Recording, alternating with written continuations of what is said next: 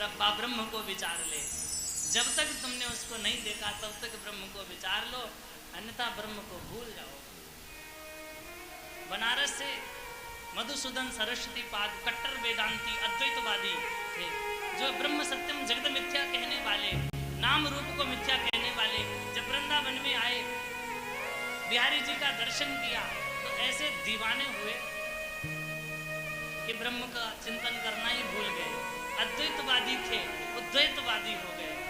और जब वापस बनारस गए तो अपने आप को कहने लगे, सुनो जी, मैं दासी हो गई हूं, दासत्व का भाव आ गया उनमें। सब हंसने लगे उनके शिष्य, महाराज आप पुरुष हैं, बनोगे तो दास बनोगे, दासी कैसे बन गए? पर साहब ये वृंदावन का भाव है। गोपी भाव सहजे में उपजे, पुरुष भाव होए भंग, चढ़े जब वृंदावन को रंग। वृंदावन का जब रंग चढ़ता है तो पुरुष भाव भंग हो जाता है। वृंदावन में भगवान शिव जिस समय महारास में पधारे हैं तो वहां पर भी अपना भाव भूल गए, गोपी बन करके पधारे हैं। तो मधुसूदन सरस्वती पाद ने कहा कि मुझे छल लिया उसने, नंद के बेटे ने। सठेन के ना पि बयम हठेना, दासी कृता गोप बधु बिटेना। उस गोप बधु के बेटे ने मुझे छल लिया, छल पूर्वक दासी बना लिया। उन्हीं मधुसूदन सरस्वती पाद का एक दिव्य श्लोक है, बंसी विभूषित करा नवनीर दाभा, पीतांबरा दरुण बिंब फलाधरोष्टाद, पूर्णेन्दु सुंदर मुखा दरविंद्र नेत्रात, कृष्णात् परम किमपि तत्त्वम हम न जाने।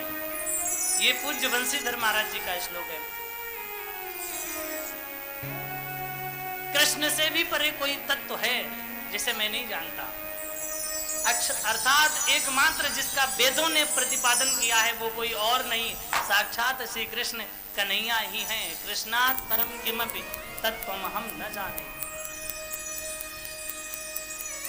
ये घटना कोई बहुत पुरानी नहीं है, गोस्वामी तुलसीदास जी के समय की है।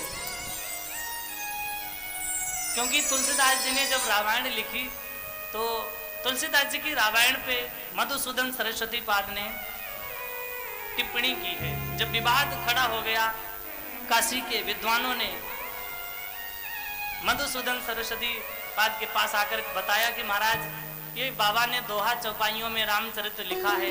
अरे भगवान के सुंदर संस्कृत में बहुत सारे ग्रंथ हैं भगवान के चरित्र के, तो ये दोहा चौपाई में लिखने की क्या आवश्यकता थी, हिंदी में इसको बद्ध कर दिया।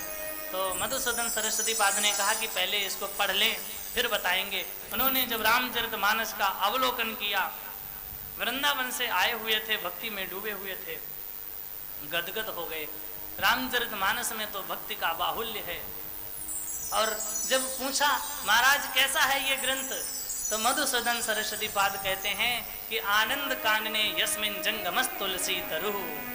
इस आनंद वन में, काशी के आनंद वन में चलता फिरता तुलसी का ये जो तुलसीदास है, ये तुलसी का तरुवर है, जंगमस तुलसी तरु।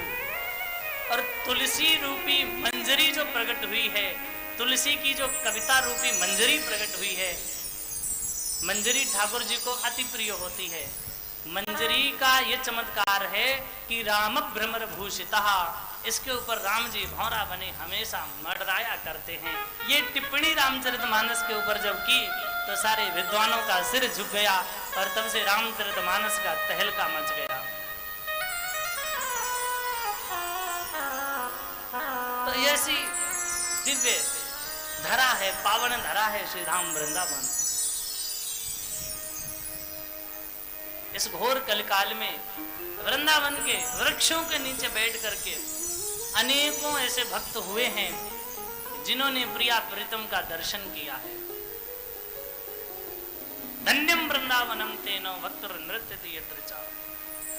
एक संत जी थे वृंदावन में, लताओं में छिपे रहते, भूख जब लगती थी तब बाहर आते थे। संत जब प्रसादी पा लेते तो उसके पश्चात जो उच्चिष्ट प्रसादी संतों की बचती उसे पाते थे और फिर चले जाते जंगल में, छिप करके बैठे रहते, भगवान का भजन करते। लताओं में ब्रज की गुजारा करेंगे, कन्हैया कन्हैया पुकारा करें, किसी को दर्शन नहीं देते। मोहन और मोहन मस्तों का दिल का मिलता कुछ राज नहीं, भीतर ही बातें होती हैं, बाहर आती आवाज नहीं। एक दिन की बात, भजन में बैठे हुए थे स्वामी जी माधवदास जी। बहुत समय हो गया भजन में बैठे बैठे, जब नेत्र खुले तो वही चेतना आई, भूख लगी। संत तो प्रसादी पाकर के जा चुके थे, तो दौड़े दौड़े आए। संतों की जो उच्चिष्ट प्रसादी थी उसको एक करबे में एकत्रित किया और भोजन पाने के लिए बैठे। नित्य प्रति भोग लगाते थे, जैसे ही हाथ में ग्रास लिया, मुख में ग्रास आया तो स्मरण आया कि आज मैंने प्रसाद का भोग नहीं लगाया। बिल्कुल यदि पा जाते तो भी ठीक था, पर मुख में जब ग्रास आया तब स्मरण आया, तो ना निगल पा रहे ना उगल पा रहे। विचार करते हैं कि यदि वमन करेंगे तो संतों की शीत प्रसादी है, संतों की शीत प्रसादी क्या की अवज्ञा हो जाएगी।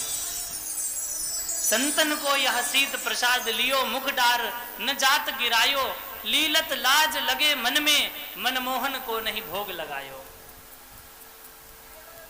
भई गति सांप चचुंदर की, काह करूं कुछ सोच न पायो, बीत गयो है बार विनीत गई रजनी, दिन दूसरो आयो। दिन भर बैठे रहे, मुख में ग्रास है, भगवान का स्मरण कर रहे, अश्रुपात हो रहा है, अश्रु बह रहे। किसी से उनकी मंजिल का पता पाया नहीं जाता। भगवान का ईश्वर